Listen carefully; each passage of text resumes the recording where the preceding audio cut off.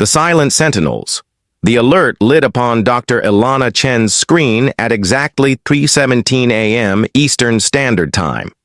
At first, she brushed it off as another quirk of the outdated system at the Oresbo Observatory's replacement outpost.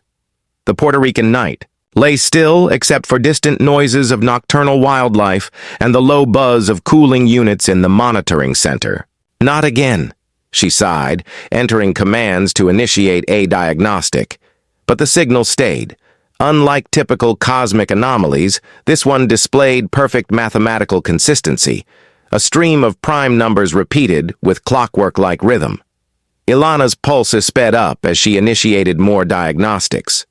Not a malfunction, not a satellite, nothing matching any known source. She picked up her phone with shaking hands and called a number she'd memorized but never intended to use. This is Dr. Chen at Archiba. Initiate protocol. First contact. This is not a drill. Within hours, observatories around the world verified her results.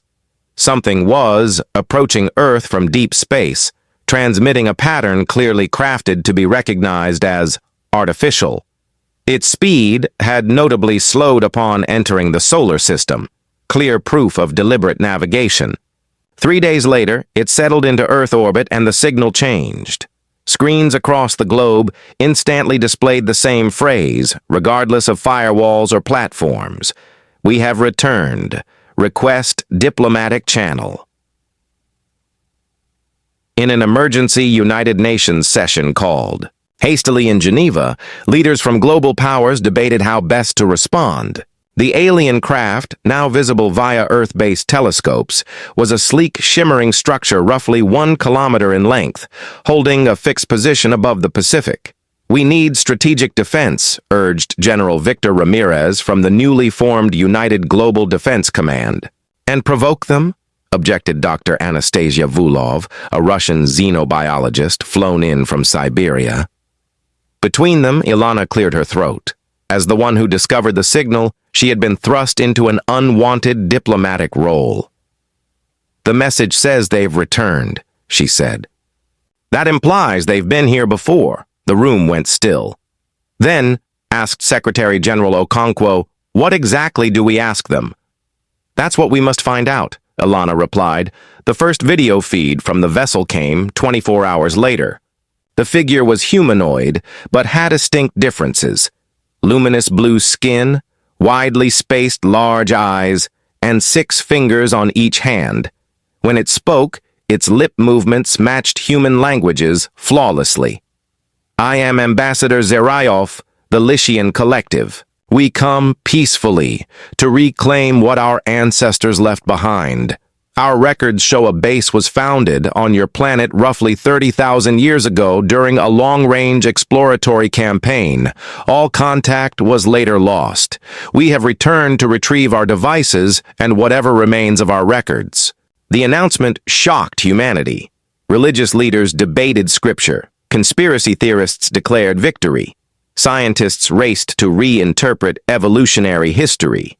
A joint team was assembled to meet the aliens, now officially known as Lishians, at a neutral site built in international waters off Hawaii. Ilana herself was flown in on a military transport with top officials, researchers, and armed escorts. The facility, a feat of rapid design, floated with a clear dome permitting mutual observation in a secure shared space. As the humans arrived, 5 Lishians stood ready. Their 7-foot stature was imposing despite graceful builds. Ambassador Zira stepped forward. Thank you for accepting dialogue. We understand our presence has caused disruption. That's an understatement, Ramirez muttered quietly. Secretary General Okonkwo led the talks. We're intrigued by your previous presence on Earth. No part of our known history references alien life. Your species was in infancy, Zira replied. Nomadic hunters before agriculture. Our policy barred direct evolutionary influence. Then why place a station here? Ilana asked. Earth was ideal. Rich biodiversity, steady orbit. A team of 12 was deployed to monitor growth patterns on your world. Ecosystems. Their mission was extended when they discovered your species showing. Early signs of advanced cognitive development. Dr. Volkov leaned forward. Where exactly was this outpost located in what you now call northern Sudan? Near the Nile Valley, the location was chosen for its proximity to several evolving primate species, including early humans. And what happened to the outpost asked. Ambassador Zora's expression shifted subtly. A solar flare of unexpected magnitude damaged our communication systems. The team was expected to maintain position until contact could be re-established, underestimated. The time this would require 30,000 years is quite an underestimation, General Ramirez said. Our civilization experienced a period of significant disruption shortly after losing contact with Earth. Only in recent centuries have we rebuilt our deep space capabilities and begun the process of locating lost outposts. How many other outposts do you have on inhabited worlds? The general pressed. That information is not relevant to our current discussion. Zora replied smoothly. We seek only to recover what belongs to our people and depart without disruption. The second Lishan, introduced as science director, Vex, activated a holographic display showing the region in Sudan. Our scans indicate the outpost remains largely intact, buried approximately 40 meters below the current surface. The area appears to be uninhabited desert. At present, Secretary General Okonkwo nodded. We can arrange access for a recovery operation provided our scientists may observe and document the process. Acceptable, Zora said. There is another matter. However, the hologram shifted to display various objects, scattered across global locations. Our scans have detected Lishan technology in multiple locations, some integrated into your own technological infrastructure. The room grew tense. Are you suggesting we stole your technology? General Ramirez asked, voice sharp. No, Zora replied. We believe these artifacts were deliberately distributed by our research team before they perished. However, the presence of quantum resonance, patterns matching our technology in your computer system's energy grids and medical equipment suggests you have reverse-engineered these artifacts, perhaps without understanding their origins. Ileana's mind raced throughout human history. Stories abounded of mysterious inspirations, dreams that led to scientific breakthroughs, ancient artifacts with unexplainable properties, mathematical insights that seemed to come from nowhere. The silicon microchipped, she whispered, then spoke louder, the quantum computer. Breakthrough of 2019. The neural interface technology developed last decade. Are you saying these all came from your artifacts? Science Director Vex inclined his head. Not directly. Your species made these discoveries through your own ingenuity. However, the foundational principles were likely inspired by exposure to our technology. This is unexpected. Most species require millions of years to develop such technologies independently. The third Lyrishan, who had not yet spoken, stepped forward. I am Security Commander, TK. The technology in question was never intended for adoption by a pre-spacefaring civilization. This creates complications. General Ramirez stood straighter. What kind of complications? The artifacts contain quantum-entangled components linked to central networks. As your systems have integrated derivatives of our technology, you have inadvertently created pathways into both our systems and your own. This presents security concerns for both our civilizations. The implication hung in the air. Earth's most critical systems might be vulnerable through connections no one knew existed. Equally concerning, humans had apparently reverse-engineered alien technology so effectively that the Lishans now viewed them as a potential security threat. We propose a joint team, Zora said into the silence. Your experts, working with ours to locate all the Russian artifacts on Earth and safely disentangle your systems from ours. Secretary General Okonkwo looked troubled. We will need to consult with our respective governments. As the meeting concluded, found herself walking alongside Science Director Vex toward the exit. "May I ask a personal question?" she said. "You may," Vex replied. "Your people washed mine when we were still learning to control fire. Now you're turned to find us splitting atoms and creating artificial intelligence. Are you afraid of what we've become?" Vex studied her with those large, luminous eyes. "Fear is not the correct emotion." Dr. Chen, concerned perhaps, fascination, certainly a pause. "In 30 millennia, your kind has accomplished what took most species, including ours, hundreds of thousands of years. We do not yet understand how this was possible. Maybe Aleliana suggested it's because we've always had to figure things out for ourselves until now." Vex made a sound that might have been Alof. "Indeed, perhaps the absence of guidance was your greatest advantage." As she left the facility, Aleliana glanced back at the alien vessel hovering above them in the distance. The silent sentinels had returned, only to find their observers had become something unexpected, something that might now be beyond their control. The quantum inheritance. The Sudan desert shimmered under the merciless sun as the joint human-Letian expedition established their base camp. A temporary city of advanced composite structures surrounded the excavation site, populated by scientists, engineers, and security personnel from both species. Dr. Ilana Chen wiped sweat from her brow as Shara viewed 3D scans of what lay beneath the sand and rock. The Leon outpost was remarkably intact, a dome structure approximately 50 meters in diameter. Its outer shell composed of a material that had resisted 30 millennia of geological pressure. "Incredible preservation," she said, to no one in particular. "The outer shell is self-reaping at the molecular level," explained Terran, a junior Letian scientist who had been assigned as her liaison. Unlike most of his kind, Terran seemed genuinely interested in human perspectives. Although it appears the power systems failed approximately 400 years ago. That means your team survived for 600 years after losing, contact noted.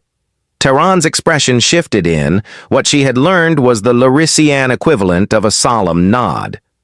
They would have entered suspension protocols after determining rescue was not imminent. With minimal power, perhaps 3 could have survived for that duration, and then they would have implemented final directive. Terran said quietly, "When facing certain death on a developing world, all knowledge must be secured or destroyed to prevent contamination of indigenous evolution." Yet somehow Ilana thought that contamination had occurred. Anyway, the discovery of Letian artifacts across Earth had accelerated as more scientists learned what to look for a peculiar geometrical object found in a cave in South Africa. A crystalline device recovered from a pea bog in Ireland, microscopic structures in ancient Chinese pottery that resembled modern nanocircuitry.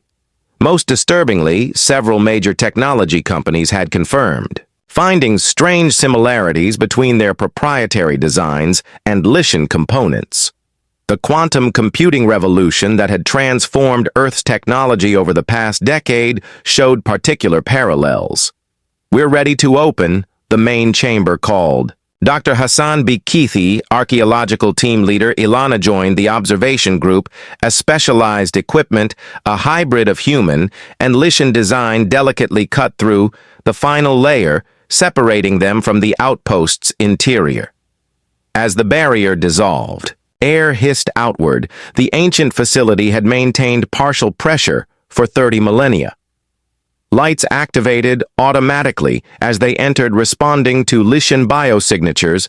The space revealed itself as a laboratory and living quarters combined, remarkably similar to modern research stations. Despite its age, 3 suspension pods stood against one wall, their transparent surfaces frosted with age, but intact. Science Director Vex moved to the pods, examining their displays. As suspected, life support failure approximately 29 400 years ago, his voice contained no emotion, but his posture conveyed respect for the long dead-ad researchers. Ileana found herself drawn to a central console, where holographic displays flickered to life, responding to Vex's presence. Symbols scrolled. Rapidly, a data dump activated by the return of compatible technology, they left a message. Vex said, his tone changing for any Larishan who might find this place. The hologram stabilized, showing a recording of a Lishan female with signs of age evident in her features. I am lead researcher. Nylara, final survivor of Outpost Terra. If you are viewing this, our civilization has endured. The others entered final suspension, 83 cycles ago, power systems air failing.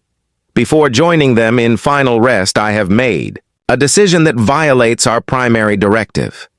Their recording showed Nylara moving to another console, activating systems. The indigenous presentient of this world show remarkable potential. Their cognitive architecture is uniquely suited to innovative problem-solving. Unlike any species we have encountered, they lack our longevity and systematic approach, but their neuroplasticity and adaptive reasoning are extraordinary. I believe they may someday achieve technological parity with our civilization, but their developmental timeline suggests this would require hundreds of thousands of years. Miller's image looked directly at the camera, as if gazing across millennia. I have distributed research modules across regions showing early human settlement patterns. Each contains basic principles of Lishan technology, encoded to become gradually accessible as their understanding evolves. This is not direct interference. They must still develop the science themselves, but it will accelerate their progress. I do this, not knowing what they may become, but believing in what they could be. The message ended. The room fell silent. She seated your world with our knowledge, Security Commander. Trick said, voice tight with something like anger, deliberately accelerating your development. By orders of magnitude General Ramirez, who had observed silently until now, stepped forward. She gave us a nudge. Everything we built ourselves, based on principles you should not have discovered for thousands of generations. TK countered, do you understand? The implications your species developed nuclear weapons before you fully understood your own biology. You created global communication networks before resolving tribal conflicts. You achieved space travel while still burning fossil fuels.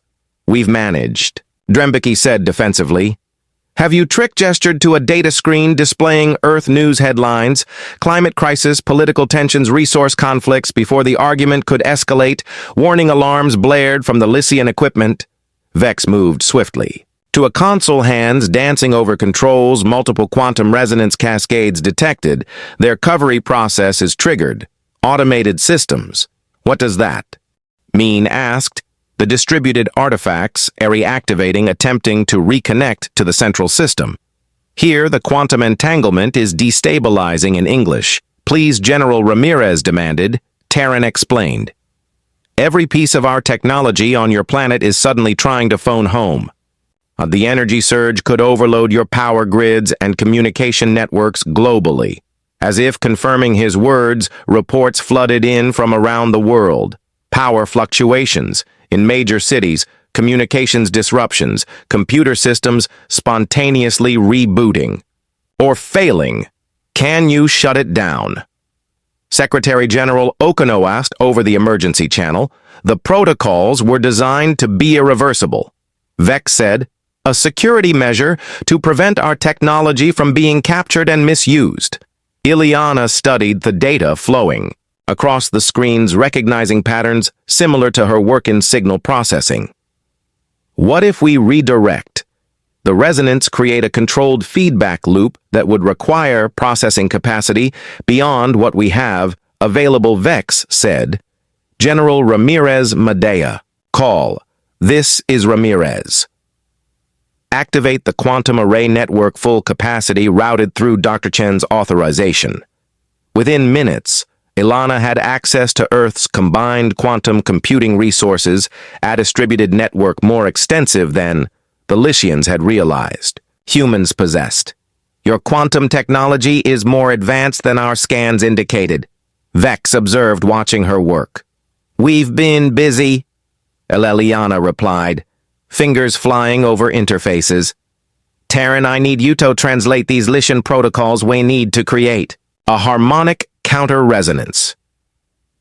Working together, human and Lycian scientists established a new network architecture, one that allowed the ancient artifacts to connect without destabilizing Earth's infrastructure.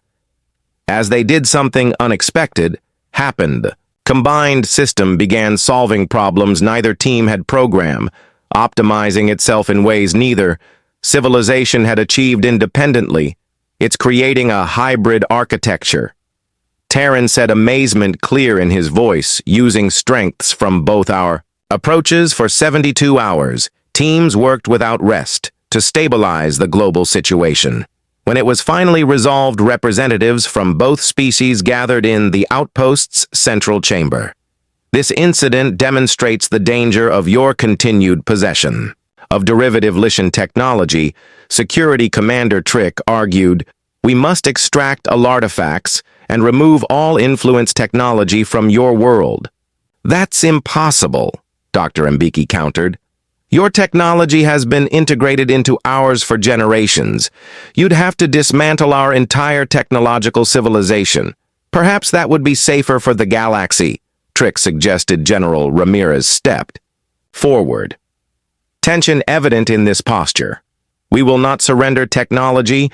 We developed ourselves, influenced or not. We have as much right to it as you do. The argument might have continued, but Ambassador Zira raised a hand. For silence, there is another perspective to consider. She turned to a holographic display showing the hybrid network architecture. What we witnessed during the crisis was unprecedented.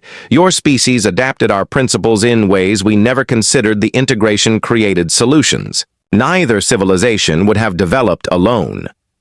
Our directive regarding pre-space faring. Civilizations assumes they require protection and guidance. Zara continued, but perhaps researcher Nilara saw something we have forgotten to see. Potential takes many forms. She turned to face the human delegation. We propose a new arrangement, a formal exchange of knowledge and partnership in recovering the remaining artifacts, not to remove your access to them, but to ensure they are safely integrated. Secretary General Okonkwo looked skeptical. And what would you gain from this arrangement? Science Director Vex answered. Your perspective, you run predictable innovation. In 30,000 years, you have taken basic principles from our technology and developed applications, whenever imagined. Imagine what our civilizations might accomplish together. The tension in the room gradually shifted to cautious possibility. Later, as the formal agreements were being drafted, Ilana found Ambassador Zara studying Nilara's recorded message. Again, you know what's fascinating, said. She broke your most sacred rule because she believed in us creatures who could barely make stone tools. And she was right. Zira's expression was contemplative. Our histories teach that Nilara was considered brilliant but eccentric. She specialized in evolutionary potential theory, the science of predicting what species might become. None of her colleagues believed her models showing accelerated development paths were possible. Why did she believe in us so strongly? Perhaps Zora said she recognized something in your kind that we had lost in our own, the drive to overcome impossible odds, to find solutions where none should exist. She turned to Ilana. Your species calls this human ingenuity. We have no direct translation for this concept in our language. As Iana left the ancient outpost that evening, she looked up at the stars, the same stars that had shined down when humans were just beginning their journey. A forgotten alien researcher had seen potential in those early humans and made a choice that altered humanity's destiny. Now, 30 millennia later, those same humans stood ready to join the civilization that Hadun knowingly guided them not as students or subjects, but as equals who had taken borrowed knowledge and transformed it through the uniquely human gift of adaptive innovation. The Silent Sentinels had returned to find not the primitive descendants of those they once observed, but partners who would challenge them to see the universe through new,